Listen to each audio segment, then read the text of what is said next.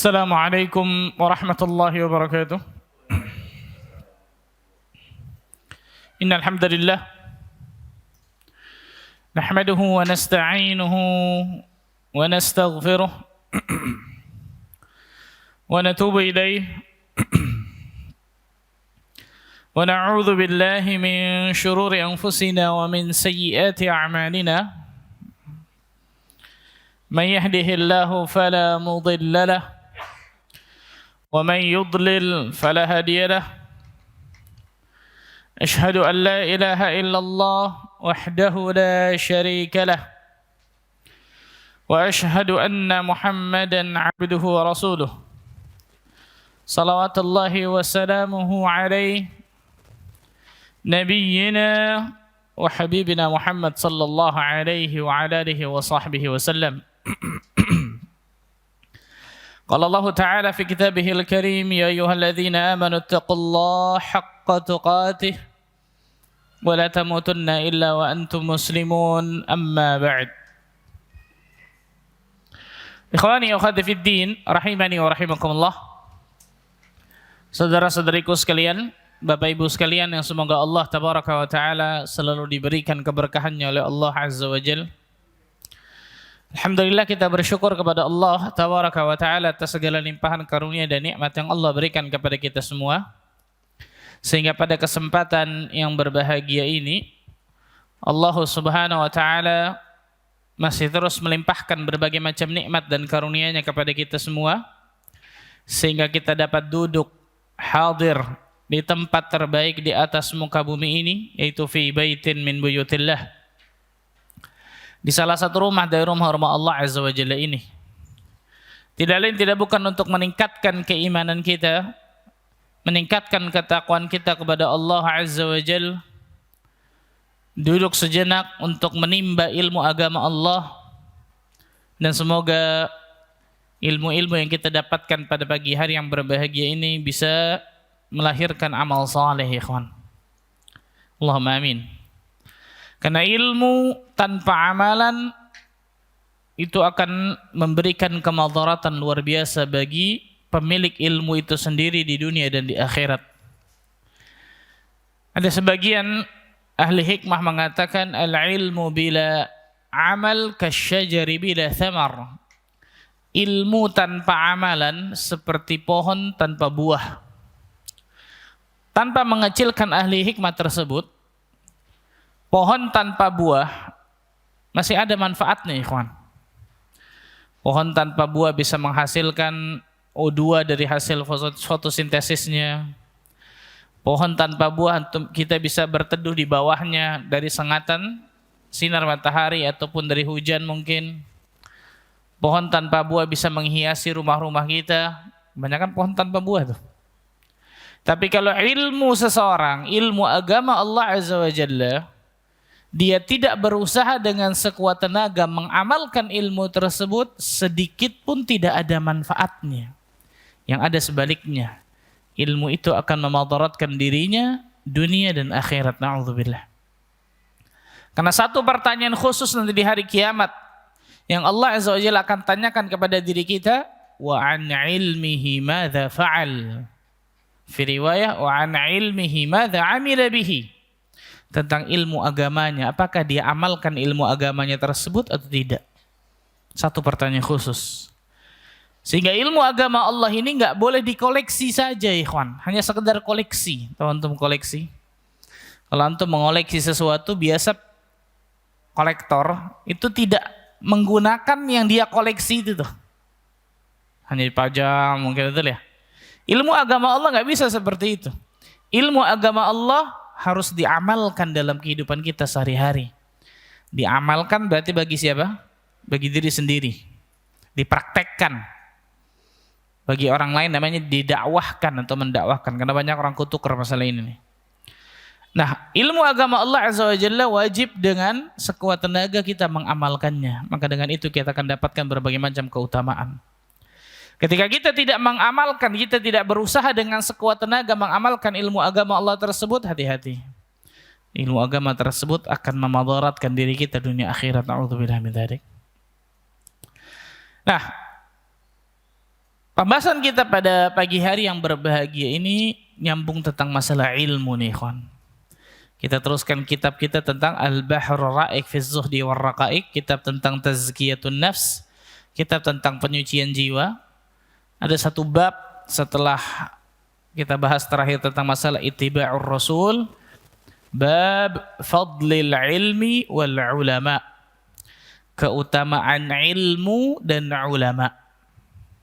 Keutamaan ilmu agama yang dimaksud, ilmu syar'i jelas, dan ulama, ahli ilmu, orang yang memiliki ilmu agama Allah Azza wa Jalla tersebut. Ada satu bab yang disebutkan oleh beliau, dan ini kita akan bahas panjang, subhanallah, mungkin beberapa kali pertemuan.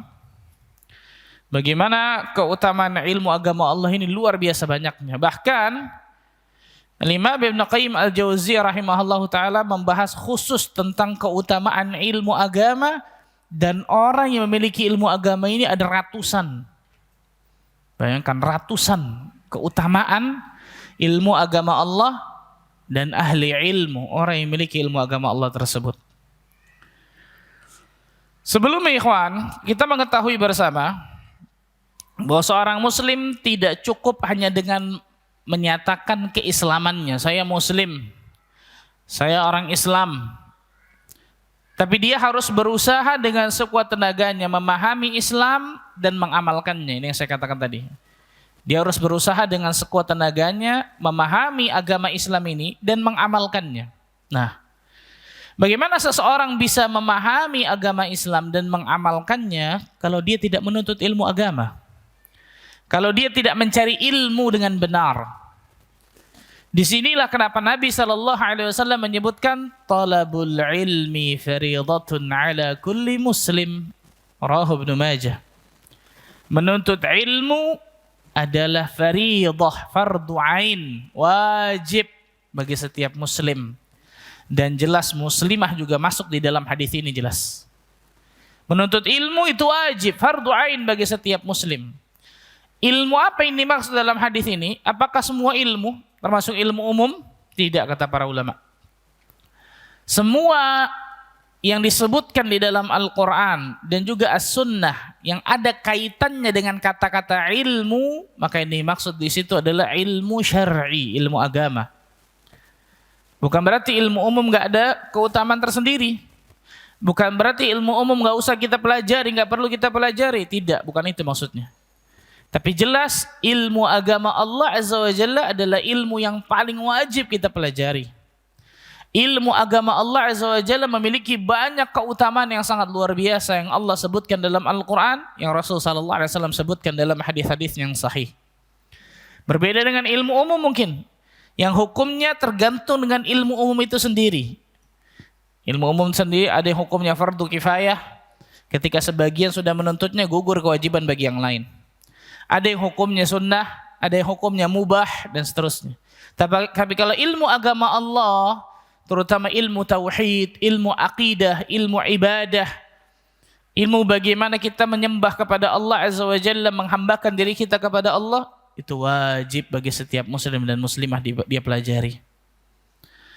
Al-Hafidz Ibnu Hajar Al-Asqalani rahimahullahu ta'ala mengatakan dalam kitabnya Fathul Bari, yang dimaksud dengan kata ilmu di sini adalah ilmu syar'i, yaitu ilmu yang akan menjadikan seorang mukallaf tahu ya, ini dibebankan satu syariat, itu orang yang sudah baligh. Ilmu yang akan menjadikan seorang mukallaf mengetahui kewajibannya berupa masalah-masalah ibadah dan muamalah, juga ilmu tentang Allah dan sifat-sifatnya. Hak apa saja yang harus dia tunaikan dalam beribadah kepada Allah dan mensucikannya dari berbagai macam kekurangan. Nah, berarti apa? Sebuah kesalahan bagi orang yang tidak belajar ilmu agama Allah Azza wa Jalla, ini sebuah kelalaian, kesalahan jelas. Nah, salah satu cara untuk meningkatkan semangat kita, kesungguh-sungguhan kita, agar kita selalu bersemangat menuntut ilmu agama adalah mengetahui keutamaannya. Apa saja keutamaan-keutamaan ketika seseorang mencari ilmu agama Allah, menuntut ilmu agama Allah, apa saja keutamaan-keutamaannya. Ketika antum keluar dari rumah antum, menstarter mobil, motor, atau berjalan ke masjid ini, memasukkan alat tulis ke dalam tas, maka pada saat itu Allah Azza wa Jalla berikan keutamaan luar biasa kepada diri antum dengan syarat ikhlas lillahi ta'ala jelas. Nah, apa saja keutamaan-keutamaan yang disebutkan oleh penulis di dalam kitabnya ini? Yang pertama, ikhwan, keutamaan yang pertama Allah Azza wa Jalla sebutkan di dalam surat Ali Imran ayat ke-18. Di dalam surat Ali Imran, surat ketiga, ayat 18. Oh, ayat ini luar biasa nih, kan. Mungkin kalau kita baca ayat ini, kemudian lewat ayat ini ketika kita tahsin mungkin akan biasa aja tuh. Nggak ada sesuatu yang spesial. Tapi kalau ulama yang baca, beda. Kenapa? Faham apa yang dia baca. Surah Ali Imran, ayat ke-18. Allah Azza wa Jalla berfirman, Syahidallahu annahu la ilaha illa huwa wal malaikatu wa ulul ilmi qa'iman bil qist. La ilaha illa huwal azizul hakim. Yang artinya, secara letterlock dulu saya artikan, Allah Azza wa Jalla menyatakan bahwasanya tidak ada sesembahan yang berhak disembah melainkan dirinya yang menegakkan keadilan. Para malaikat dan orang-orang yang berilmu pun juga mengatakan ya demikian. Subhanallah. Lihat. Allah Azza wa Jalla menggunakan kata-kata syahida di sini. Syahida ini bisa diartikan mempersaksikan atau mengambil persaksian. Kata para ulama di antara Imam Ibnu Qayyim Al-Jauziyah rahimahullahu taala, dallat hadhihi al-ayah ala fadlil ilmi wa ahlihi min wujuh.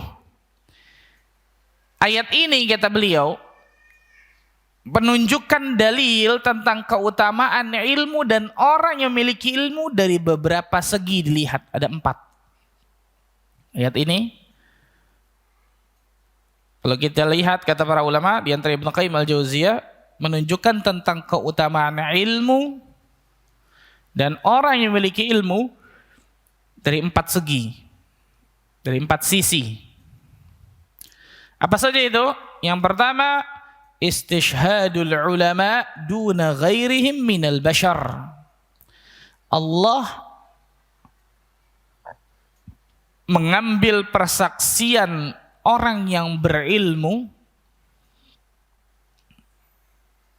Jadi Allah Azza wa Jalla menjadikan ulama, orang yang berilmu, sebagai saksi. Allah menjadikan atau mengambil persaksian orang yang berilmu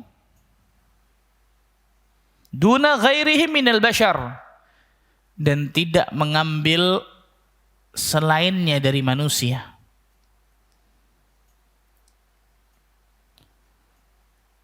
Allah Azza wa Jalla mengambil persaksian orang yang berilmu, ulama, dan tidak mengambil persaksian dari yang lainnya dari manusia.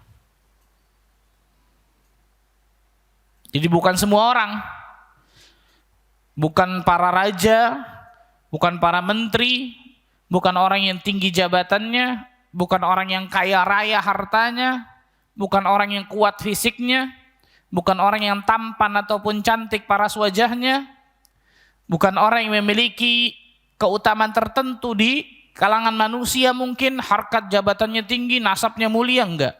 Yang Allah Azza wa Jalla ambil persaksian dari kalangan manusia cuma satu. Siapa itu? Al-ulama. Hanya orang yang berilmu yang Allah ambil persaksiannya. Luar biasa, Masya Allah nih. Ini sisi pendalilan yang pertama, menunjukkan ayat ini sangat luar biasa bagaimana keutamaan ilmu agama dan orang yang memiliki ilmu agama. Yang kedua, sisi kedua, iqtiranu syahadatil ulama bi syahadatillah wa syahadatil malaikah. Allah menyandingkan, menyetarakan, menyejajarkan. Allah menyandingkanlah. Allah Azza wa Jalla menyandingkan antara persaksian ulama, orang yang berilmu,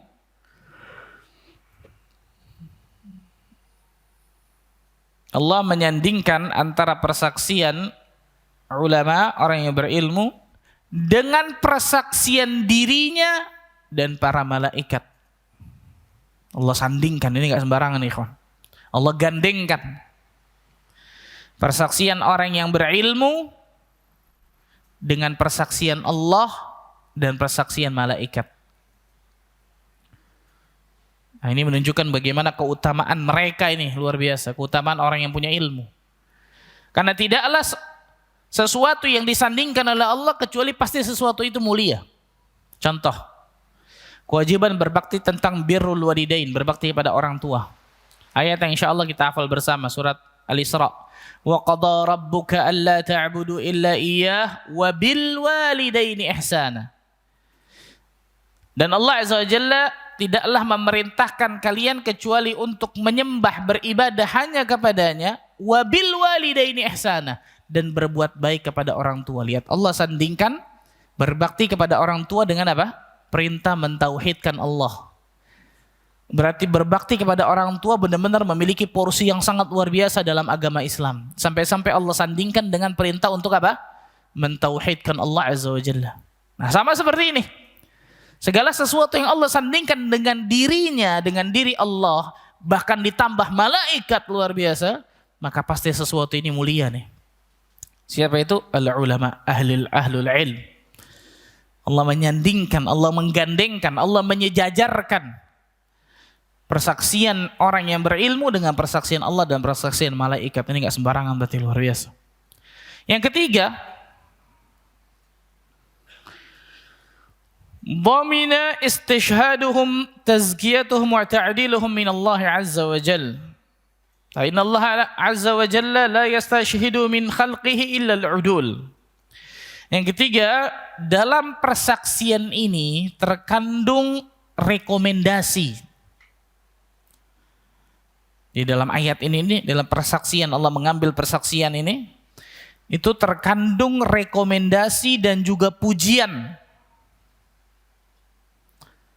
terhadap para ulama, terhadap orang yang punya ilmu.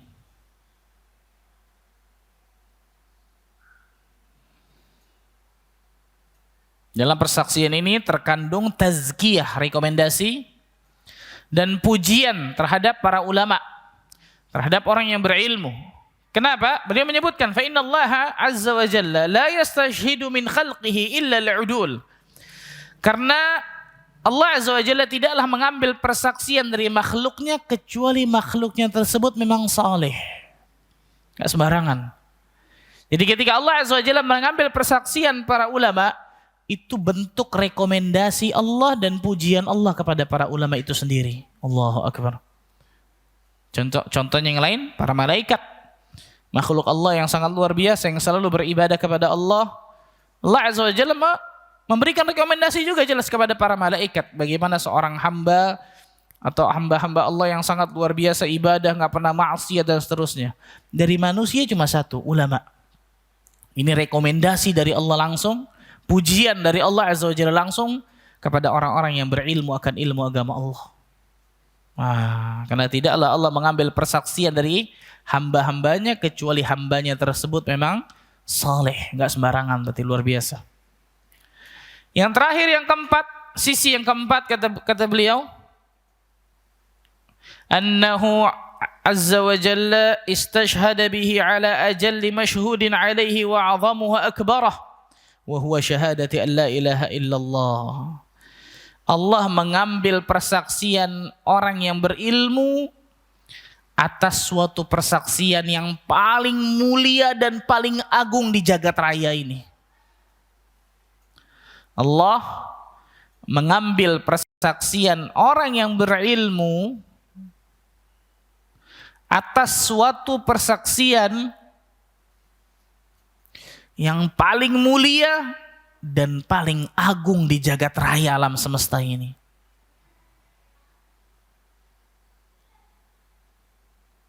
Tentang apa? Persaksian tentang apa? Persaksian tentang mentauhidkan Allah tabaraka wa ta'ala. Annahu la ilaha illahu. Bahwa tidak ada yang berhak diibadahi dengan benar melainkan Dia, melainkan Allah. Yang karena itulah dunia ini, jagat raya ini, alam semesta ini diciptakan oleh Allah untuk mentauhidkan Allah, untuk beribadah kepada Allah. Jadi Allah mengambil persaksian malaikat, mengambil persaksian orang yang berilmu, bahkan Allah pun bersaksi tentang masalah ini, mengambil persaksian tentang sesuatu yang paling mulia dan paling agung di jagat raya ini, itu tentang tauhidullah. Mentauhidkan persaksian tentang mentauhidkan Allah, mengesahkan Allah, tentang uluhiyah Allah, bahwa tidak ada sesembahan yang berhak diibadahi dengan benar melainkan Allah tabaraka wa taala. Ini 4 sisi nih. Ayat ini menunjukkan tentang 4 sisi bagaimana keistimewaan orang-orang yang berilmu. Seandainya ikhwan, nggak ada keutamaan dari ilmu agama dan orang yang memiliki ilmu agama kecuali cuma ayat ini, sudah cukup sudah. Betul nggak ikhwan? Sudah sangat cukup sudah.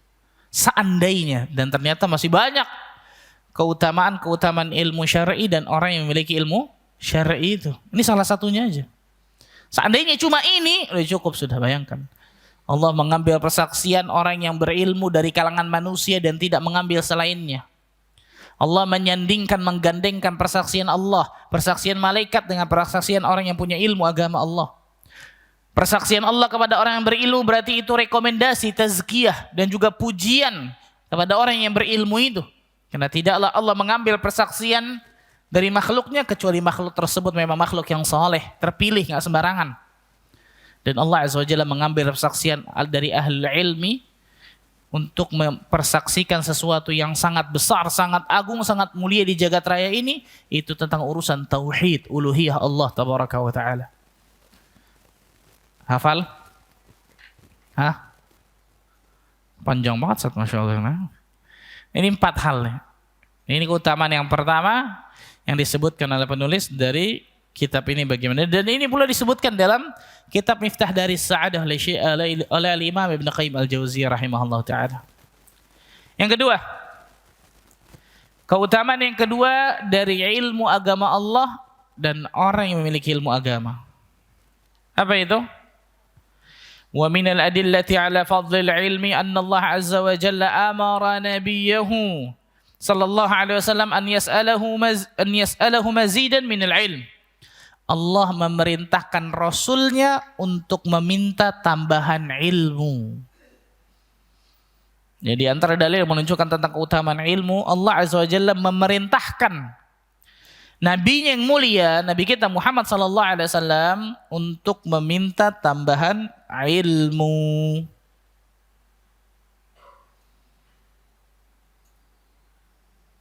Allah berfirman dalam surat Taha, surat ke-20, surat Taha ayat 114. Ayat 114. Wa qul, katakan ya Muhammad, Rabbi zidni ilma. Katakan ya Muhammad, Rabbi, wahai Rabbku, zidni, tambahkan kepadaku ilma, ilmu. Allah menyuruh kepada Nabi kita Muhammad sallallahu alaihi wasallam, katakan ya Muhammad, Rabbi zidni ilma. Allah tidak pernah menyuruh Nabi kita Muhammad sallallahu alaihi wasallam untuk meminta kepada Allah tambahan harta. Allah tidak pernah menyuruh Nabi kita Muhammad sallallahu alaihi wasallam untuk meminta tambahan kedudukan, kemuliaan duniawi mungkin. Allah tidak pernah menyuruh Nabi kita Muhammad sallallahu alaihi wasallam untuk meminta tambahan jabatan, mungkin tambah tinggi, tambahan kekuatan bagi dirinya, tambahan paras wajah, enggak ada. Yang Allah Azza wa Jalla perintahkan kepada Nabi kita Muhammad sallallahu alaihi wasallam untuk meminta tambahan ilmu. Kalau Nabi kita Muhammad sallallahu alaihi wasallam diperintahkan oleh Allah Azza wa Jalla untuk meminta tambahan ilmu kepada Allah, bagaimana dengan kita? Yang jelas ilmu Rasul sallallahu alaihi wasallam sudah jangan kita tanya sudah, betul ya? Nggak mungkin kita pernah meragukan bagaimana ilmu Nabi kita Muhammad sallallahu alaihi wasallam. Masih Allah perintahkan untuk meminta tambahan ilmu. Bagaimana dengan kita yang ilmunya pas-pasan? Betul ya? Ana lah kayaknya, ana, antum kayaknya enggak, Masya Allah. Ana pas-pasan, Masya Allah. Nah, beliau mengatakan, penulis mengatakan, wa kafa bihadza syarafan lil ilmi anna amara Allah nabiyahu an yas'alahu al-mazid minhu. Dan ayat ini menjadi kemuliaan, cukup menjadi kemuliaan tentang ilmu agama Allah Azza wa Jalla, karena Allah menyuruh Nabi kita Muhammad sallallahu alaihi wasallam untuk meminta tambahan ilmu dan tidak menyuruh Nabi kita Muhammad sallallahu alaihi wasallam untuk meminta tambahan yang lain selain ilmu. Karena itu setiap pagi kita disunnahkan oleh Nabi sallallahu alaihi wasallam berdoa, apa doanya? Allahumma inni as'aluka ilman nafi'an wa rizqan tayyiban wa amalan mutaqabbalan. Ya Allah, aku memohon kepadamu ilmu yang bermanfaat. Lihat, berarti dari sini ada ilmu yang bermanfaat, ada ilmu yang tidak bermanfaat. Dan rizki yang baik, rizki yang halal, dan amalan yang diterima. Kenapa yang paling pertama ilmu bermanfaat dulu? Karena kalau orang dapatkan yang pertama, yang kedua, yang ketiga dia akan dapatkan. Rizki yang halal dia akan dapatkan, amal yang diterima akan dia dapatkan kalau dia punya ilmu. Tapi kalau yang pertama ini tidak dia dapatkan, ilmu yang bermanfaat nggak dia dapatkan, jangan harapkan dia dapatkan yang kedua, apalagi yang ketiga. Contoh, seseorang ketika keluar dari rumahnya untuk mencari ma'isyah, mencari nafkah, mencari duniawi. Entah dia kerja, entah dia dagang. Ketika dalam pekerjaannya, ini pekerjaan saya halal atau haram nih ya? Oh, ternyata nggak boleh nih, rishwah misal. Suap sana, suap sini, nyogok sana, nyogok sini, nggak boleh. Atau ketika dagang misalnya. Ketika dagang ternyata di dalamnya ada kezaliman, atau ada riba, atau ada gharar. Nggak mungkin kita bisa tahu kecuali kita punya ilmu dulu nih yang pertama, betul? Baru kita bisa dapatkan rizqan tayyiban, harta yang halal, rizki yang baik. Kalau orang nggak punya ilmu, nggak akan pernah didapatkan rizki yang baik. Hantam aja tuh. Makanya Umar bin Khattab radhiyallahu anhu contoh, ketika zaman beliau jadi khalifah, beliau memberikan apa? Keputusan siapa saja yang tidak belajar fikih muamalah maliyah nggak boleh dagang di pasar. Siapa yang dagang di pasarnya? Hah? Kita nggak akan pernah bisa dagang garam, gula, beras, apapun itu yang ada di pasar, kecuali kita belajar fikih muamalah maliyah di zamannya Umar. Sehingga ekonomi mereka benar-benar sehat. Kenapa? Umar mengatakan, karena pasti mereka akan terjerumus kepada sesuatu yang haram kalau mereka nggak belajar tentang fikih muamalah maliyah, fikih ekonomi Islam. Mereka pasti akan terjerumus kepada apa? Sesuatu yang haram. Apalagi masalah muamalah, wah lebih ngejelimet lagi, luar biasa. Dan benar, lihat, subhanallah. Amal yang diterima, begitu juga. Bagaimana amalan kita bisa diterima kalau kita nggak berilmu? Karena ilmu agama Allah akan membimbing diri kita. Oh, amalan saya harus ikhlas ketika saya beramal karena Allah, bukan karena dipuji, bukan karena ingin mendapatkan tempat di hati masyarakat. Itu kan harus punya ilmu tuh. Amalan saya harus sesuai dengan tuntunan Rasul sallallahu alaihi wasallam, harus punya ilmu. Baru amalan tersebut bisa diterima oleh Allah. Ya, makanya yang paling pertama apa? Ilmu yang bermanfaat dulu, baru yang selanjutnya tuh harta yang, rezeki yang baik dan amal yang diterima. Rasul sallallahu alaihi wasallam juga berdoa kepada Allah, Allahumma inni as'aluka ilman nafi'an wa a'udzu bika min ilmin la yanfa'. Ya Allah, aku memohon kepadamu ilmu yang bermanfaat dan aku berlindung kepadamu dari ilmu yang tidak bermanfaat ya Allah. Allahu akbar. Nah, dari sini berarti ada ilmu yang bermanfaat, ada ilmu yang tidak apa? Bermanfaat. Al-Hafidz Ibnu Hajar Al-Asqalani rahimahullah juga mengatakan dalam kitab Fathul Bari ketika menjelaskan ini, qauluhu azza wa jalla rabbi zidni ilma wadih ad-dalala fi fadlil ilm. Firman Allah azza wa jalla tentang rabbi zidni ilma itu dengan tegas menjelaskan tentang keutamaan ilmu. Li'anna Allah Ta'ala lam ya'mur nabiyahu sallallahu alaihi wasallam bi talabil izdiyad min syai' illa minal ilm.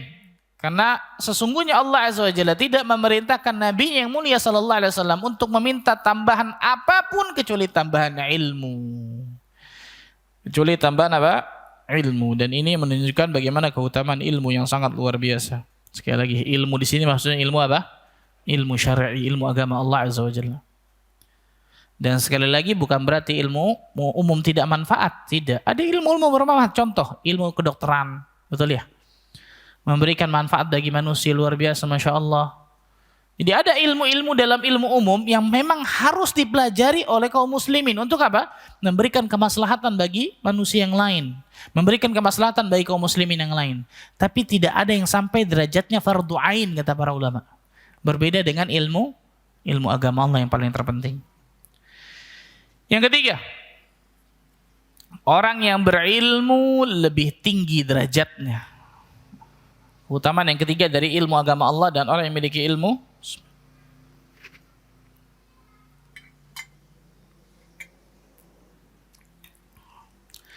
orang yang berilmu lebih tinggi derajatnya dibandingkan yang lain. Nah, ini menarik nih, kawan.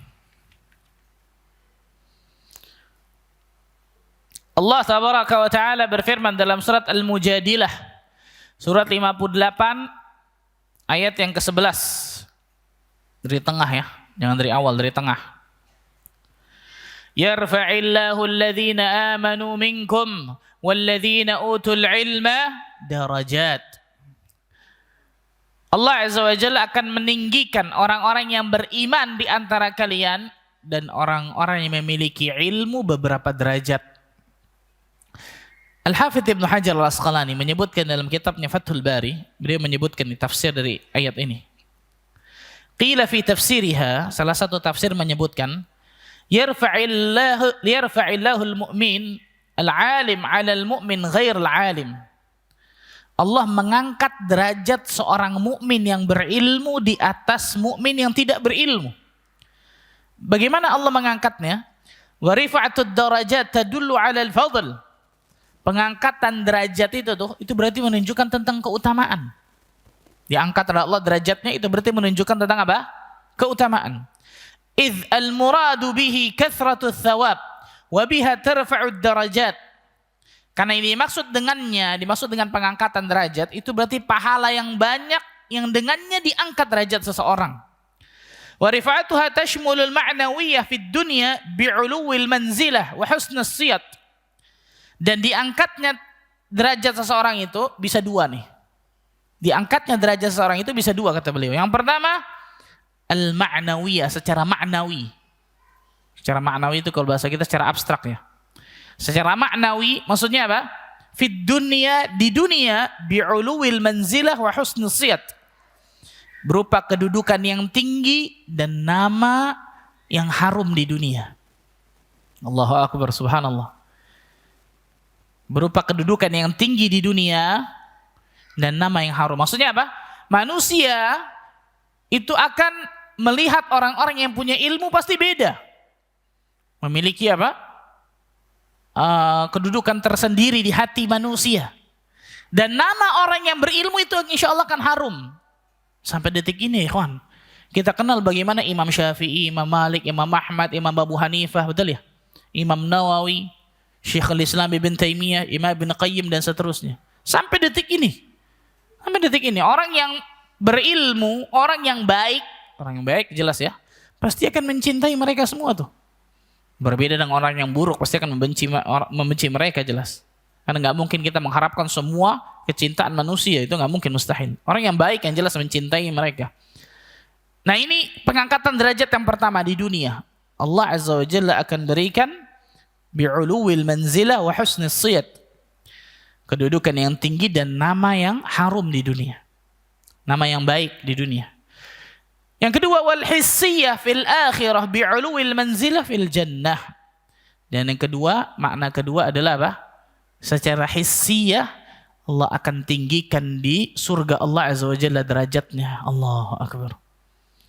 Allah Azza wa Jalla akan berikan kedudukan yang tinggi bagi orang tersebut di surga Allah. Jadi dunia akhirat dapat nih, ikhwan. Ketika Allah mengatakan yarfa'illahu alladhina amanu minkum walladhina utul ilma darajat. Allah Azza wa Jalla akan meninggikan orang-orang yang beriman dan berilmu beberapa derajat itu di dunia dan di akhirat. Allah akan tinggikan tuh. Allahu Akbar, subhanallah. Dalam Sahih Muslim disebutkan, ada riwayat yang menarik nih, kawan. Dari riwayat Amir bin Wathilah bahwa Nafi' ibn Abdul Harith pernah bertemu dengan Umar bin Khattab radhiyallahu anhu. Nafi' ini maula ibn Umar. mantan budaknya Ibnu Umar. Nafi' pernah bertemu dengan Umar bin Khattab di satu daerah namanya Usfan. Ketika itu Umar mengangkatnya menjadi gubernur Mekkah. Ketika Umar jadi khalifah, Nafi' diangkat jadi gubernur Mekkah, amir di kota Mekkah. Maka Umar bertanya kepada Nafi', siapa yang kau tunjuk memimpin penduduk di lembah itu? Di lembah Mekkah itu kan besar ya. Maka ada di bawah gubernur itu ada macam-macam lagi, betul ya? Umar bertanya nih, siapa yang kau tunjuk untuk memimpin penduduk di lembah itu? Maka Nafi' menyebut Ibnu Abza. Ibnu Abza. Maka Umar Khattab nggak tahu, nggak kenal siapa itu Ibnu Abza. Umar nggak kenal nih, Khalifah nggak kenal Ibnu Abza siapa, wahai Nafi'? Kok engkau angkat seseorang yang aku nggak kenal, maksudnya? Siapa Ibnu Abza? Apa kata Nafi'? Salah seorang bekas budak kami. Mantan apa? Budak. Subhanallah. Umar kaget. Maka Umar mengatakan, apakah engkau mengangkat seorang mantan budak menjadi pemimpin satu penduduk di lembah tersebut? Engkau angkat seorang budak nih, mantan budak maksudnya, menjadi pemimpin? Apa kata Nafi'? Sesungguhnya huwa ya'lam bi kitabillah wa ilmil faraid. Dia itu Ibnu Abza adalah seseorang yang faham tentang kitabullah Al-Quran dan berilmu tentang ilmu faraid, ilmu waris. Apa kata Umar bin Khattab radhiyallahu anhu? Langsung Umar membacakan firman Allah azza wa jalla, sabda Nabi sallallahu alaihi wasallam, sungguh Rasul sallallahu alaihi wasallam bersabda, innallaha yarfa'u bihadzal kitabi aqwaman wa yadh'u bihi akharin. Ya, seorang yang ngerti tentang masalah ilmu agama. Sesungguhnya Allah azza wa jalla akan mengangkat suatu kaum dengan Al-Quran dan menghinakan suatu kaum dengan Al-Quran. Maksudnya apa? Berarti Umar radhiyallahu anhu setuju nih. Ketika pertama disebutkan mantan budak, kaget Umar. Kenapa engkau mengangkat mantan budak jadi pemimpin? Wahai Nafi'. Nafi' menjelaskan kenapa dia sampai mengangkat Ibnu Abza jadi pemimpin pada saat di zaman itu. Karena beliau adalah orang yang faham tentang kitabullah dan mengerti, berilmu tentang ilmu waris, ilmu faraid. Oh, kata Amirul Mukminin Umar, Rasul sallallahu alaihi wasallam bersabda, innallaha yarfa'u bihadzal kitabi aqwaman wa yadh'u bi akharin. Langsung faham, betul ya? Orang zaman sekarang, siapa jadi pemimpin? Darah biru bukan? Walau darah biru, darah merah, darah hijau, darah kuning nggak ada, subhanallah. Bukan tanya berilmunya, malah tanya tadi nasabnya. Siapa jadi pemimpin dia? Punya harta nggak dia? La ilaha illallah. Kayaknya rusak, betul ya? Bukan orang yang berilmu, bukan orang yang saleh, bukan orang yang takut kepada Allah, bertakwa kepada Allah. Kisah yang kedua dari seorang ulama yang bernama Muhammad bin Abdurrahman Al-Awqas. Muhammad bin Abdurrahman Al-Awqas. Kisahnya ketika beliau masih kecil, Allah Azza wa Jalla takdirkan beliau memiliki ketidaksempurnaan dalam fisiknya. Ini disebutkan oleh para ulama untuk menunjukkan bahwa fisik yang tidak sempurna bisa Allah tinggikan karena ilmu. Apa ketidaksempurnaan pada fisiknya? Alian mangkiban. Jadi kedua pundaknya ini tinggi, ini. Kedua pundaknya ini apa? Tinggi ke sini. Ketika Muhammad bin Abdurrahman Al-Awqas kecil ini tawaf di Baitullah, karena dia tinggal di Mekah, lagi tawaf, doa sama Allah. Allahumma a'tiq raqabati minan nar. Ya Allah, bebaskanlah raqabah. Raqabah itu kalau diartikan letterlock ini leher. Ya Allah, bebaskanlah leherku dari api neraka. Ini maksudnya apa? Bebaskan diriku dari api neraka, tapi beliau menggunakan majas leher. Karena kalau orang lehernya ditebas, habis, selesai, mati, betul ya? Ini namanya ilmu dalam balaghah nih. Menyebutkan sebagian tapi maknanya untuk keseluruhan. Ya Allah, bebaskanlah leherku dari api neraka. Maksudnya bebaskan diriku dari api neraka. Tapi beliau menggunakan kata-kata raqabah. Tadi beliau di antara ketidaksempurnanya apa tadi? Tinggi bahunya, betul? Jadi kalau orang tinggi bahunya berarti kan lehernya nggak kelihatan. Orang yang mendengar, ini masih kecil. Orang yang mendengar doanya Muhammad ini ngenyek, tahu ngenyek? mencela dia. Apa ngenyek bahasa ini sih yang enak banget ngenyek, subhanallah. Nyinyir. Ngenyek apa ngenyek itu, subhanallah. Nyinyir. Aina raqabatuk? Mana lehermu? Subhanallah, kecil gitu nangis. Mana lehermu? Kau kan doakan apa? Bebaskan leherku dari api neraka. Bebaskan diriku maksudnya dari api neraka. Mana lehermu? Orang yang dengar doanya nyinyir. Mana lehermu? Nangis dia. Dia lari ke rumahnya, ke ibunya. Maka ibunya mengatakan, wahai Muhammad, Allah Azza wa Jalla berikan kekurangan bagi dirimu dari fisik ini. Ketika engkau ingin dimuliakan oleh manusia, fatlubil ilm, maka tuntutlah ilmu agama Allah. Ini seorang ibu yang saleh nih, para akhwat di bawah, perhatikan baik-baik nih. Tuntutlah apa? Tuntutlah ilmu agama. Maka niscaya Allah Azza wa Jalla akan meninggikan dirimu dunia akhirat. Maka kata Muhammad bin Abdurrahman Al-Auqas kecil ini, nasihat ibuku benar-benar terngiang-ngiang di kepalaku. Sehingga mulai detik itu aku menuntut ilmu agama Allah, mencari ilmu. Antum tahu, Muhammad bin Abdurrahman Al-Auqas selama 20 tahun lamanya. Qadhi, bukan cuma mufti loh, di atasnya mufti nih qadhi. Kalau mufti ngasih fatwa, fatwanya nggak mengikat, boleh diikuti, boleh enggak. Kalau qadhi ngasih keputusan, wajib diikuti bagi rakyat. Itu nggak sembarangan tuh qadhi. Kalau bahasa kita sekarang mungkin hakim agung kali. Qadhi besar, bayangkan. Dan orang yang mau mengadukan permasalahannya ke Muhammad bin Abdurrahman Al-Auqas ini nih, gemeter. Saking haibahnya, saking karismatiknya beliau. Allah Azza wa Jalla angkat seseorang karena apa tadi? Fisiknya tidak, ilmunya. Cerita yang ketiga dari seorang tabi'in yang tinggal di kota Mekah pula, puluhan tahun lamanya. Maka menjadi mufti luar biasa di kota Mekah yang bernama Atha bin Abi Rabah. Atha bin Abi Rabah, Ain Atha bin Abi Rabah, ma'ruf insyaallah. Kisahnya di zaman Sulaiman bin Abdul Malik. Sulaiman bin Abdul Malik salah satu khalifah di Bani apa? Umayyah. Sulaiman ini yang nunjuk Umar bin Abdul Aziz jadi khalifah setelahnya. Sulaiman bin Abdul Malik pada saat itu musim haji.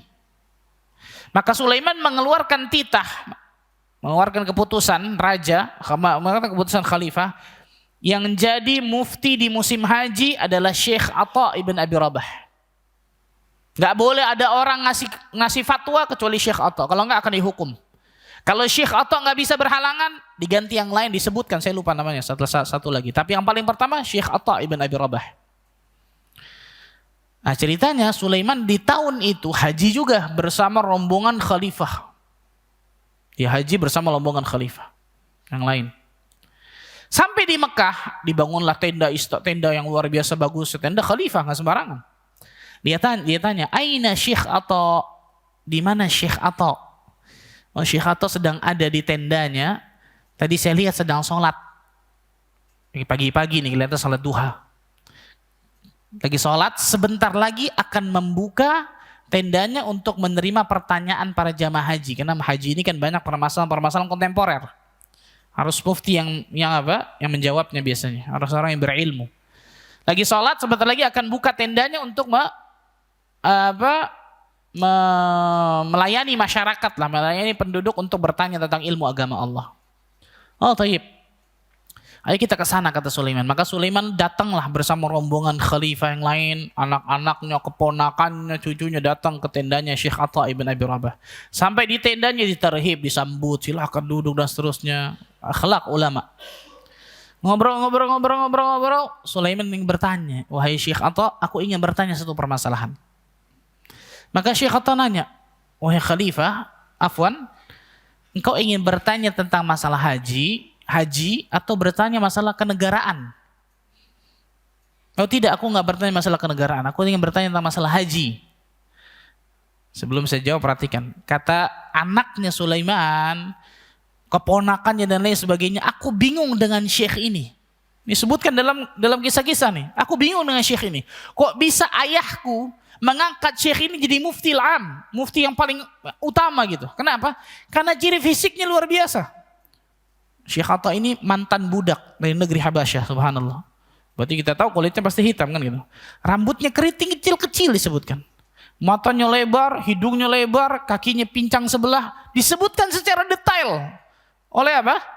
Oleh penulis ketika menjelaskan bagaimana ciri fisik Atta ibn Abi Rabah. Tapi sekali lagi bukan untuk menghinakannya, tidak. Tapi untuk memuliakan orang ini. Dengan ciri fisik seperti ini, Allah angkat gara-gara ilmunya.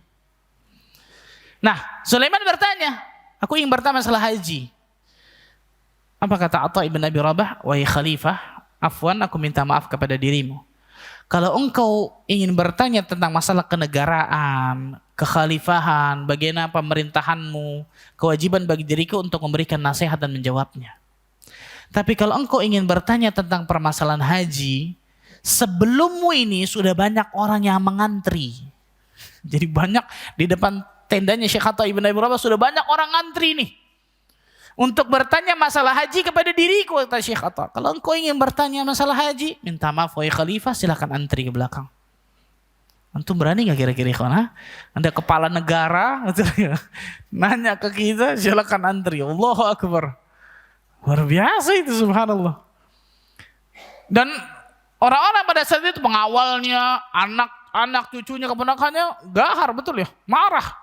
Siapa orang ini dengan ciri fisik seperti ini berani menghinakan khalifah, suruh ngantri, loh bayangkan. Tapi karena Sulaiman bin Abdul Malik diam. Dia berdiri, dia antri.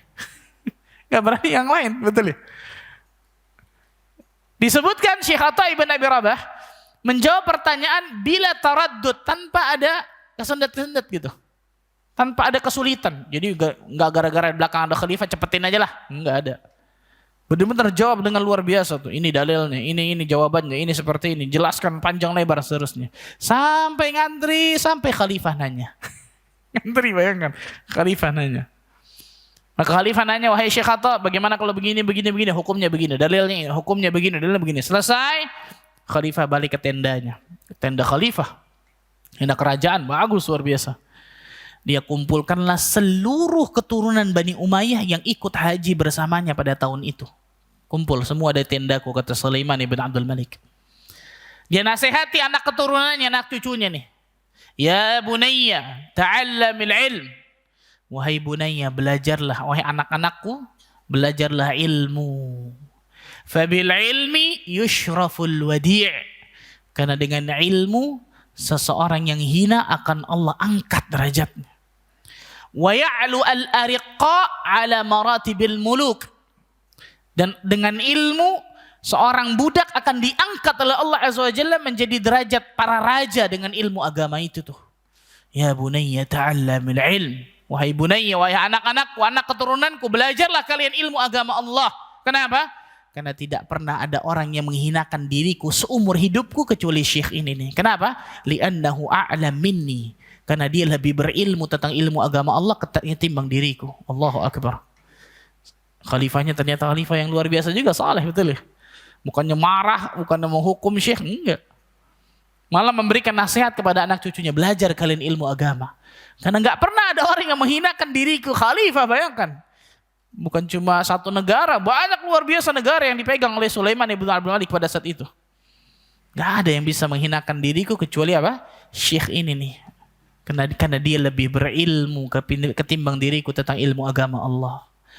Maka benarlah Allah Azza wa Jalla mengatakan, yarfa'illahu alladhina amanu minkum walladhina utul ilma darajat.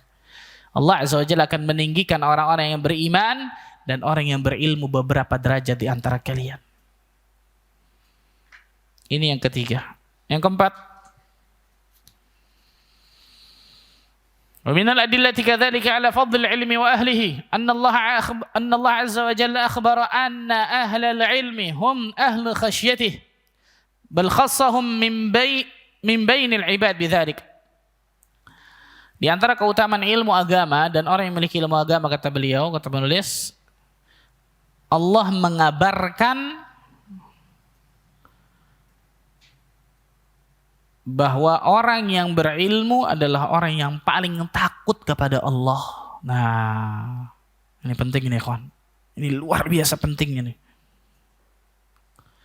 Jadi Allah Azza wa Jalla mengabarkan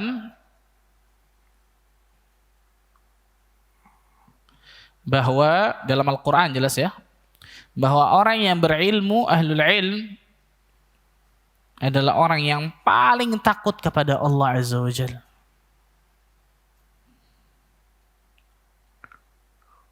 Allah berfirman dalam surat Fatir, surat 35 ayat 28.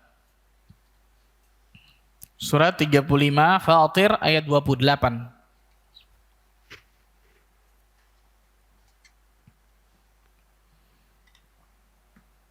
Ma'ruf insyaallah ayat ini, ikhwan. Innama yakhshallaha min ibadihil ulama. Allah memulai ayat ini dengan kata-kata innama. Dan saya sering ulang-ulang, kalau dalam Al-Quran atau dalam hadis kita temukan kata-kata innama, itu namanya uslubul hasr awil ikhtisas. Gaya bahasa Arab untuk mengkhususkan atau untuk menyempitkan sesuatu. Karena itu artinya harus memakai kata-kata hanya. Hanyalah. Allah menyebutkan innama yakhshallaha min ibadihil ulama. Sesungguhnya dari hamba-hamba Allah yang mempunyai rasa takut kepada Allah hanyalah para ulama. Nah, ada kata-kata apa? Hanya, mengkhususkan, menyempitkan. Dari hamba Allah nih semuanya nih, yang paling takut kepada Allah hanya orang yang berilmu akan ilmu agama Allah. Ini ciri khas seorang yang berilmu nih, ikhwan. Maka semakin kita ngaji, ikhwan, harusnya semakin takut kepada Allah. Semakin kita berilmu tentang ilmu agama Allah, semakin takut untuk melanggar larangan Allah, bukan semakin berani. Nah, gampang tak tinggal taubat. Na'udzubillah min dzalik. Enggak ada tuh, ikhwan. Coba antum lihat, subhanallah. Rasul sallallahu alaihi wasallam mengatakan apa? Inni la'alamuhum billah wa ashadda lahu khasyah. Sesungguhnya aku adalah orang yang paling berilmu tentang Allah dan aku orang yang paling takut kepada Allah. Nah, ilmu itu pasti berbanding lurus dengan rasa apa? Rasa takut kepada Allah. Nabi sallallahu alaihi wasallam yang sudah pasti mendapatkan surga Allah paling tinggi, sudah pasti diampuni dosa yang lalu akan datang. Salat malamnya sampai pecah-pecah, bengkak-bengkak kakinya. Nabi SAW ketika membaca ayat-ayat tentang hari kiamat menjadikan apa? Rambut beliau beruban. Syayyabatni, kata Nabi. Beberapa surat menjadikan rambutku beruban. Semua surat tentang hari kiamat. Padahal Nabi SAW pasti orang yang paling selamat dari hari kiamat nantinya. Betul ya? Semakin berilmu, semakin takut kepada Allah. Perhatikan ikhwan. Dan ini diantara tanda ilmu seseorang bermanfaat. Tadi doanya apa? Allahumma inni as'aluka ilman nafi'an. Betul ya? Bahkan dalam riwayat lain, Allahumma inni as'aluka ilman nafi'an wa a'udzu bika min ilmin la yanfa'. Ya Allah, aku mohon kepadamu ilmu yang tanda ilmu bermanfaat nih. Apa itu? Ilmu itu melahirkan khasyatullah. Ilmu itu melahirkan. Para ulama menyebutkan laisal ilmu bikathratir riwayah walakinnal ilmal khasyah. Bukan yang namanya ilmu ketika orang banyak hafalannya, banyak riwayatnya, bukan itu ilmu yang bermanfaat. Tapi ilmu yang bermanfaat hakikatnya apa? Ilmu yang melahirkan rasa takut kepada Allah. Sehingga ilmu ini benar-benar bisa memberikan tembok yang sangat tebal antara dirinya dengan perbuatan dosa kepada Allah. Nah, ini baru ilmu yang bermanfaat nih, kawan. Bukan malah meremehkan dosa maksiat. Nggak apa-apa lah dosa kecil sesekali. La ilaha illallah. Nggak ada tuh ilmu bermanfaat begitu. Maka perhatikan baik-baik. Banyak orang yang nuntut ilmu agama, tapi nggak semua orang Allah berikan ilmu bermanfaat nih, kawan. Nah, salah satu keutamaan dari ahlul ilm, orang yang berilmu akan ilmu agama Allah dan dia ulama rabbani, ulama yang benar, ulama yang memang Allah Azza wa Jalla berikan keistimewaan kepadanya, adalah mereka tambah takut kepada Allah ketika mereka tambah berilmu. Semakin tambah ilmunya, semakin tambah takwa kepada Allah. Semakin tambah ilmunya, semakin tambah takut akan azab Allah, takut akan neraka Allah, takut akan siksa Allah, takut amal solehnya ditolak oleh Allah. Itu harus ada ketika kita menuntut ilmu, ikhwan. Bukan semakin berani kepada Allah. Bukan semakin berani melanggar larangan Allah Azza wa Jalla hanya dengan dalih apa? Gampang nanti tinggal istighfar dan taubat. Gak ada orang berilmu seperti ini, ikhwan. Ilmu hakiki ya. Ini hati-hati, perhatikan baik-baik nih. Makanya Abdullah ibn Mas'ud radhiyallahu ta'ala anhu dan juga para ulama lain mengatakan kafa bi khasyatillahi ilman wa kafa bil ightirari jahlan.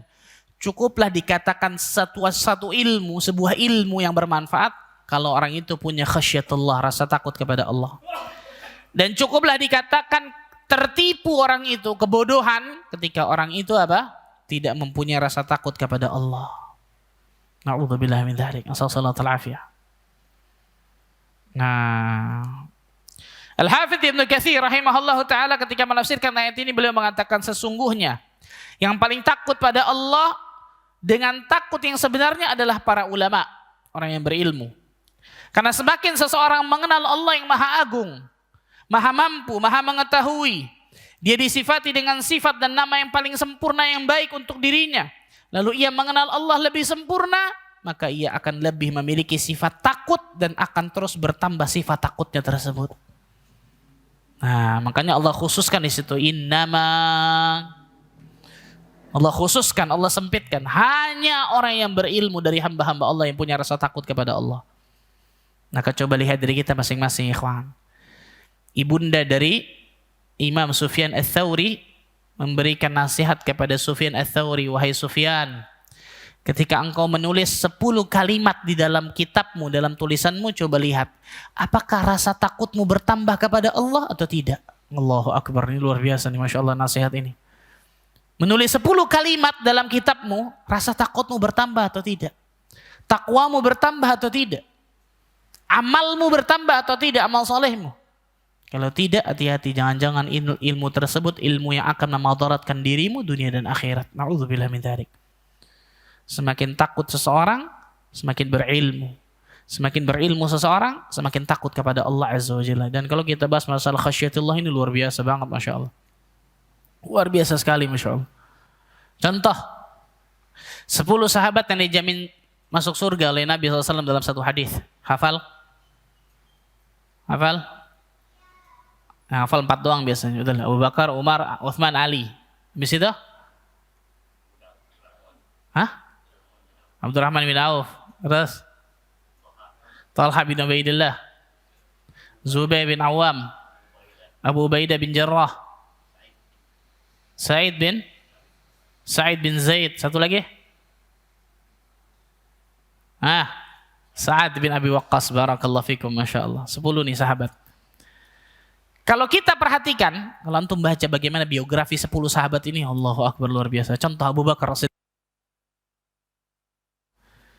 Abu Bakar, sepakat ulama mengatakan Abu Bakar manusia terbaik setelah Nabi dan Rasul. Abu Bakar.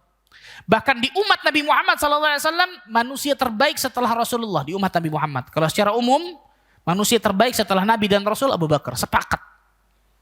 Jadi jangan tanya berarti imannya, takwanya luar biasa nih. Disebutkan, beliau mengatakan apa? Disebutkan dalam kitab Hilyatul Awliya Abu Nu'aim al-Asfahani. Apa kata Abu Bakar As-Siddiq? Seandainya sebelah kakiku menginjakkan surga Allah Azza wa Jalla, aku masih takut sebelah kakiku tidak Allah takdirkan untuk menginjakkan kakiku ke surga Allah Azza wa Jalla, sehingga aku dicampakkan ke nerakanya. Padahal kata Rasulullah, Abu Bakar fil jannah. Umar bin Khattab radhiyallahu anhu, beliau mengatakan apa?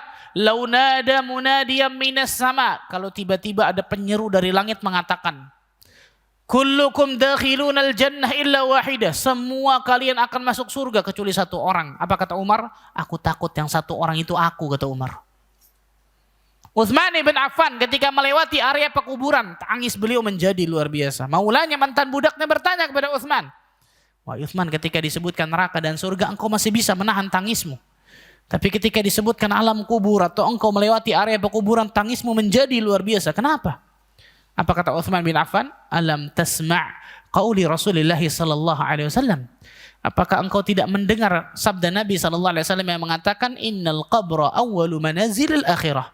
Sesungguhnya alam kubur itu negeri pertama alam akhirat. Fa in naja minhu fama ba'dahu aisar minhu. Siapa yang selamat dari alam kubur ini, kedepannya akan jauh lebih mudah. Fa in lam yanju minhu fama ba'dahu asyaddu min. Siapa yang tidak selamat dari alam kubur ini, kedepannya akan jauh lebih berat. Karena itu aku menangis. Padahal Uthman, sudah dikatakan oleh Nabi, Uthman fil jannah. Menantu Nabi 2 kali, bayangkan. Ali begitu juga, Abu Hurairah begitu juga, dan sahabat Nabi, ulama salaf luar biasa masalah rasa takutnya kepada Allah. Ini paling menonjol nih ikhwan. Ini harus paling menonjol. Kita mengatakan saya orang yang mengikuti sunnah Nabi SAW, tapi air mata kita kering, gak pernah nangis karena memikirkan tentang dosa kita. Bohong berarti ikhwan. Kita mengatakan saya orang yang paling mengikuti sunnah Nabi SAW, menjauhi perbuatan-perbuatan yang tidak disunnahkan oleh Nabi SAW, tapi hati kita keras. Ketika dibacakan Al-Quran, nangis juga enggak. Kenapa enggak nangis? Enggak ngerti. Ketika duduk di kajian ilmu disebutkan tentang neraka, disebutkan tentang surga, tidak takut kepada Allah. Bahkan melanggar larangan Allah dengan tenang, seakan-akan tidak terjadi apa-apa pada dirinya. Hati-hati nih, wah. Ilmu yang bermanfaat salah satu buahnya itu harus menghasilkan khasyatullah. Harus menghasilkan rasa takut kepada Allah tabaraka wa ta'ala, kata para ulama. Dan inilah sesuatu yang luar biasa dari ilmu agama Allah. Ini yang terakhir mungkin, yang kelima berarti ya. 5 saja mungkin dalam pertemuan ini. Ilmu adalah nikmat yang paling agung. Ilmu adalah nikmat yang paling agung. Jadi Allah Azza wa Jalla menyebutkan beberapa nikmat dan karunia-Nya. Nah, Allah menjadikan nikmat yang paling agung ketika Allah memberikan Al-Quran dan As-Sunnah kepada Nabi kita Muhammad SAW.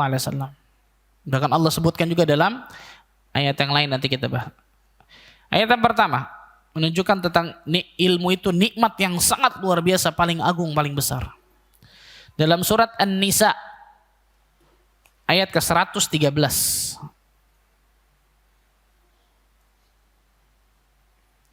Dalam surat An-Nisa ayat ke-113.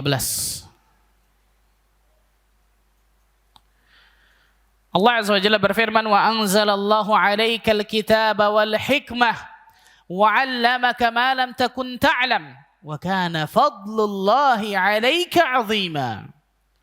Dan juga karena Allah telah menurunkan Alkitab, Al-Quran, dan Al-Hikmah. Al-Hikmah di sini apa? As-Sunnah, Al-Quran dan As-Sunnah.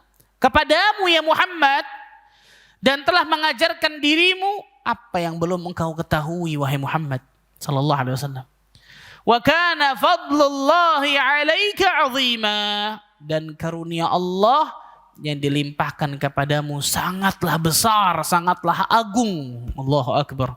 Lihat, ilmu berupa Al-Quran dan As-Sunnah, Allah sebutkan apa? Karunia yang sangat agung, sangat besar yang diberikan kepada Nabi kita Muhammad sallallahu alaihi wasallam. Allah berfirman pula dalam ayat yang lain. Di dalam surat Al-Baqarah ayat 269. Surat Al-Baqarah ayat 269.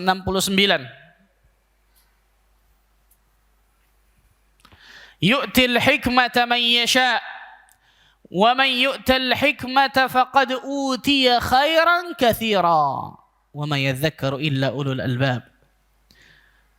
Dia memberikan hikmah kepada siapa saja yang dia kehendaki. Dia Allah Azza wa Jalla memberikan hikmah. Apa hikmah? Nanti kita sebutkan. Kepada siapa saja yang Allah kehendaki.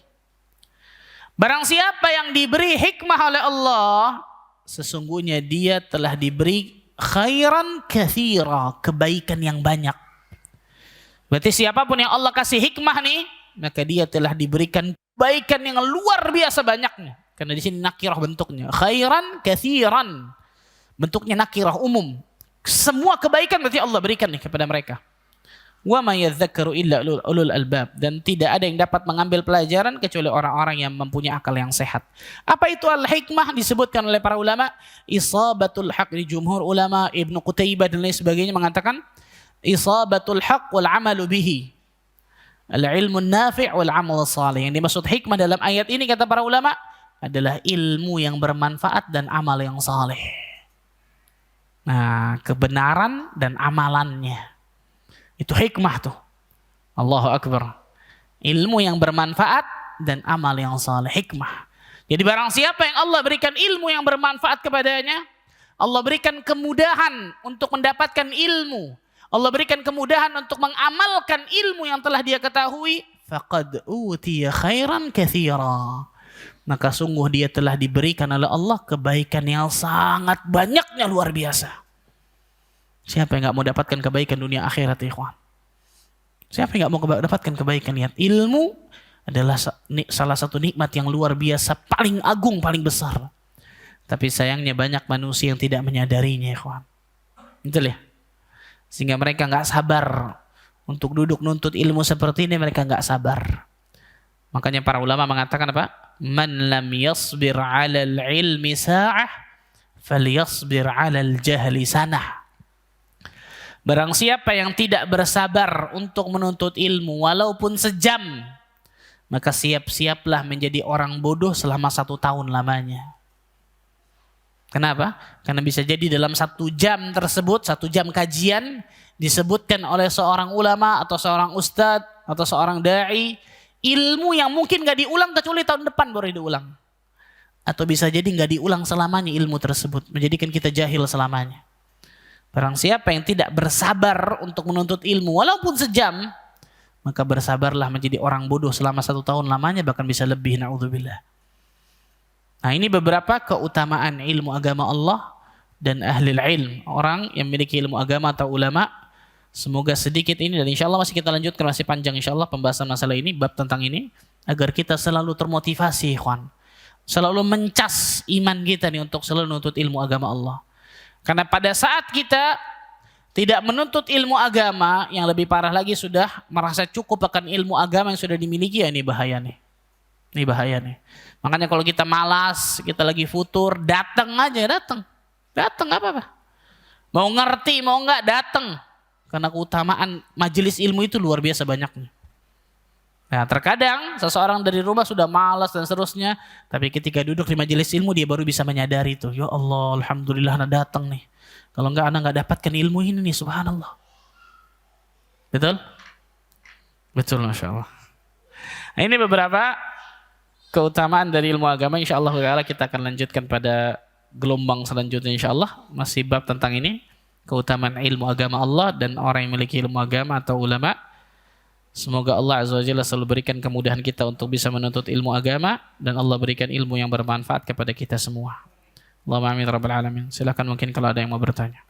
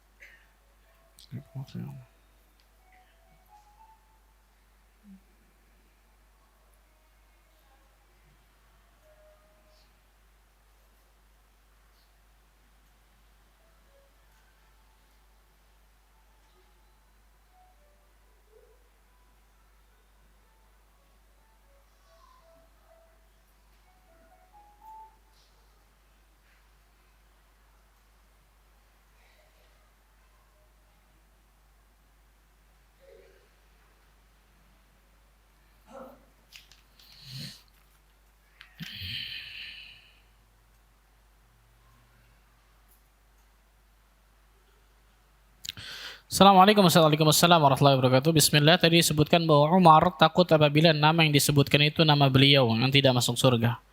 Apakah itu termasuk buruk sangka kepada Allah, atau pasti Umar tidak begitu? Karena itu mohon penjelasannya, barakallahu fiik. Naam, ini yang saya katakan tadi. Semakin orang berilmu akan ilmu agama Allah, itu akan berbanding lurus, orang itu akan semakin takut kepada Allah. Semakin orang itu bertakwa kepada Allah Azza wa Jalla, akan berbanding lurus orang itu akan semakin takut kepada Allah. Kalau kita pakai logika kita, 10 sahabat yang dijamin surga, udah jangan, nggak usah ngapa-ngapain, sudah pasti dijamin surga. Betul ya? Mau ngapain contoh Ahlul Badar. Rasul sampai mengatakan if'alu ma syi'tum. Kerjakan apapun yang kalian inginkan. Faqad ghafartum. Kalian sudah diampuni dosanya semua. Ahlul Badr tuh. Ahlul Badr. 10 sahabat yang dijamin surga jelas lebih utama daripada Ahlul Badr. Betul ya? Kalau kita nih pakai logika, oh saya sudah jamin surga, oh zen. Gak usah beramal, gak usah sholat, gak usah ini. Betul dong? Tapi itu enggak. Ini yang saya katakan, otomatis orang yang semakin bertakwa kepada Allah, semakin berilmu kepada Allah, otomatis Allah pasti masukkan dalam dirinya semakin takut kepada Allah. Itu maksudnya. Makanya kata-kata ini kata para ulama, kata-kata Umar, kata-kata Abu Bakar tadi kan gitu ya. Bukan menunjukkan kemudian dia mereka buruk sangka kepada Allah. Mustahil mereka melakukan itu, tidak. Tapi rasa takut yang dominan dalam diri mereka, ini maksud dari ayat innama yakhsyallaha min ibadihil ulama. Kenapa? Karena kebanyakan kita, saya mau tanya, lebih besar rojanya atau khaufnya? Kebanyakan kita nih, lebih besar rasa harapnya atau rasa takutnya? Roja insyaAllah. Mana dalilnya? Allah kan Ghafur Rahim Pak Ustadz. Itu dalil apa tuh? Roja, betul ya? Allah kan Ghafur Rahim Pak Ustadz. Betul Allah Ghafur Rahim, tapi Allah juga apa? Syadidul iqab. Azab Allah juga sangat apa? Keras, betul. Nah orang yang berilmu akan ilmu agama Allah, makanya Allah khususkan tadi itu. Innama. Orang yang tambah berilmu akan agama Allah, biasanya rasa takutnya lebih dominan. Dua ini seimbang, betul. Rasa takut dan rasa harap harus seimbang. Tapi biasanya Allah berikan kelebihan bagi orang-orang yang berilmu. Dan ini keistimewaan bagi mereka. Yang dengan rasa takut ini bukan menjadikan malah mereka putus asa akan rahmat Allah. Bukan. Hati-hati nih. Rasa takut kepada Allah ini malah melecutkan diri mereka untuk tambah memperbagus kualitas ibadah mereka. Itu yang luar biasa. Bukan kebanyakan orang takut ujung-ujungnya apa? Putus asa akan rahmat Allah. Was-was. Ini dari syaitan kalau yang seperti ini. Bukan dari Allah nih. Rasa takut itu harus menghasilkan kebaikan. Rasa takut kepada Allah harus menghasilkan sesuatu yang positif. Salah satunya apa? Ya Allah, ibadah ana masih sedikit ya. Dengan ibadah masih sedikit gitu berarti apa? Ana harus tambah giat lagi beribadah. Ilmu ana masih sedikit ya. Ana harus tambah giat lagi datang nuntut ilmu agama nih kemanapun yang saya bisa insya Allah. Bukan kemudian apa? Ibadah ana masih sedikit ya. Antarlah gampang. Ya nggak ada, bukan rasa takut namanya ikhwan. Betul ya? Ini makanya nih orang yang paham tentang masalah ini luar biasa nih. Kita akan melihat bagaimana salafus saleh terdahulu yang di akal kita bisa dikatakan kok nggak masuk akal. Subhanallah. Bagaimana rasa takut mereka sampai seperti itu. Tapi itulah yang Allah tanamkan kepada mereka. Otomatis itu. Semakin berilmu semakin takut kepada Allah. Semakin bertakwa semakin takut kepada Allah. Bukan semakin merasa aman akan azab Allah, siksa Allah. Tidak. Apalagi sampai buruk sangka, tidak jelas. Nah ini hibah ilahiyah kata para ulama. Pemberian yang Allah berikan kepada hamba-hambanya yang terpilih, nggak semua orang. Betul ya? Makanya Nabi SAW doa kepada Allah apa doanya? Dari panjang doanya, salah satu potongan doanya, Allahumma wa as'aluka khasyataka fil ghaibi wasyahadah. Hafal? Oh, Masya Allah, antum kan sudah rasa takut semua ya sama Allah, nggak pernah doa nih. Allahumma, salah satu potongan doanya riwayat Imam Nasai, aslinya panjang hadisnya.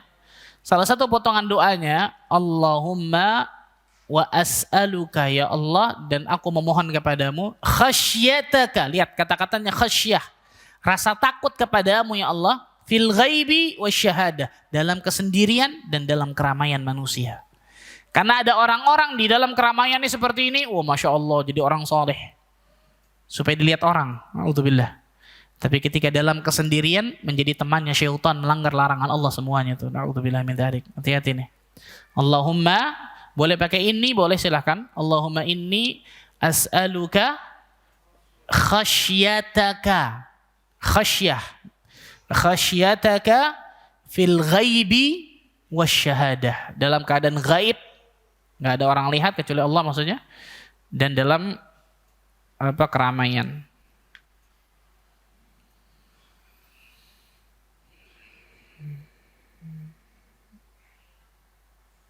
Ustaz, bagaimana sholat sunnah? Apa ini? Fajar. Karena harus disingkat. Sementara sedekat-dekat hamba dengan Rabbnya di waktu sujud. Perbanyak doa, mohon arahannya. Nah boleh kalau Maksud yang pertama, maksud dipersingkat sholat sunnahnya yang pertama supaya mendapatkan bagi laki-laki ini ya, supaya mendapatkan takbiratul ihram bersama imam. Supaya mendapatkan shaf pertama. Karena kalau kita bisa, yang paling terbaik sholat sunnah itu di mana? Di rumahnya. Setelah sholat sunnah baru kemudian datang ke masjid. Tapi kalau nggak bisa, karena mungkin masjid di dekat rumah kita ternyata adzan dan iqamah 1 menit, betul ya? Maka sholat di masjid supaya dapatkan shaf pertama, shaf awal. Nah, ini salah satu hikmahnya supaya apa? Supaya kita tidak tertinggal takbiratul ihram bersama imam dan supaya kita mendapatkan shaf awal bersama imam. Bagi perempuan bisa mempraktikkan ini, betul ya? Bagi wanita bisa nih mempraktikkan ini. Ketika setelah azan langsung sholat 2 rakaat. Sholatnya boleh, silakan. Walaupun dia baca misal yang pertama kan disunnahkan baca Al-Kafirun rakaat pertama, Al-Ikhlas rakaat kedua, betul ya? Sujudnya boleh diperlama. 4 sujudnya boleh perlama. Rakaat pertama 2 kali, rakaat kedua 2 kali, perlama sujud silahkan kan gitu. Itu yang pertama.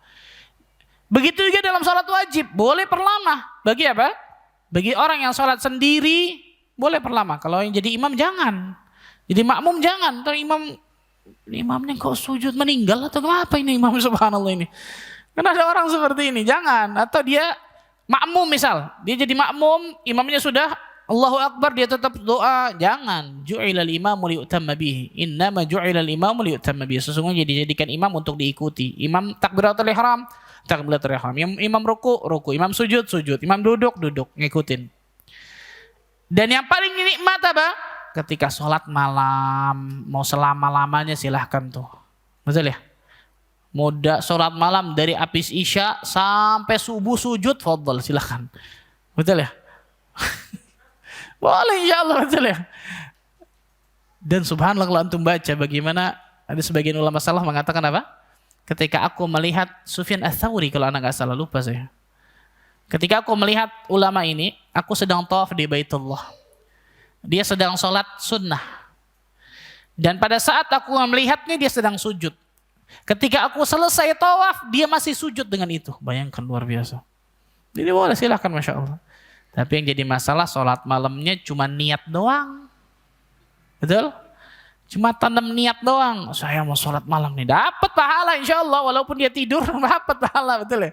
Ya? Tapi beda ketika dia bangun malam. Betul ya? Dilipat gandakan lagi pahalanya. Jadi jangan cuma tanam niat doang kata para ulama. Wallahu a'lam bishawab. Itu mungkin yang saya bisa sampaikan ya. Semoga Allah tabaraka wa ta'ala berkahi pertemuan kita. Semoga Allah azza wa jalla jadikan dari kita semua orang-orang yang mendapatkan selalu hidayah taufik untuk meniti siratal mustaqim. Sampai nantinya Allah wafatkan kita semua dalam keadaan husnul khatimah. Sebagaimana Allah kumpulkan kita di masjid ini, semoga Allah bisa kumpulkan kita nanti di surga firdaus tanpa hisab dan tanpa azab. Allahumma amin rabbil alamin. Subhanakallah bihamdika. Asyhadu an la ilaha illa anta astaghfiruka wa atubu ilaik. Wassalamualaikum warahmatullahi wabarakatuh.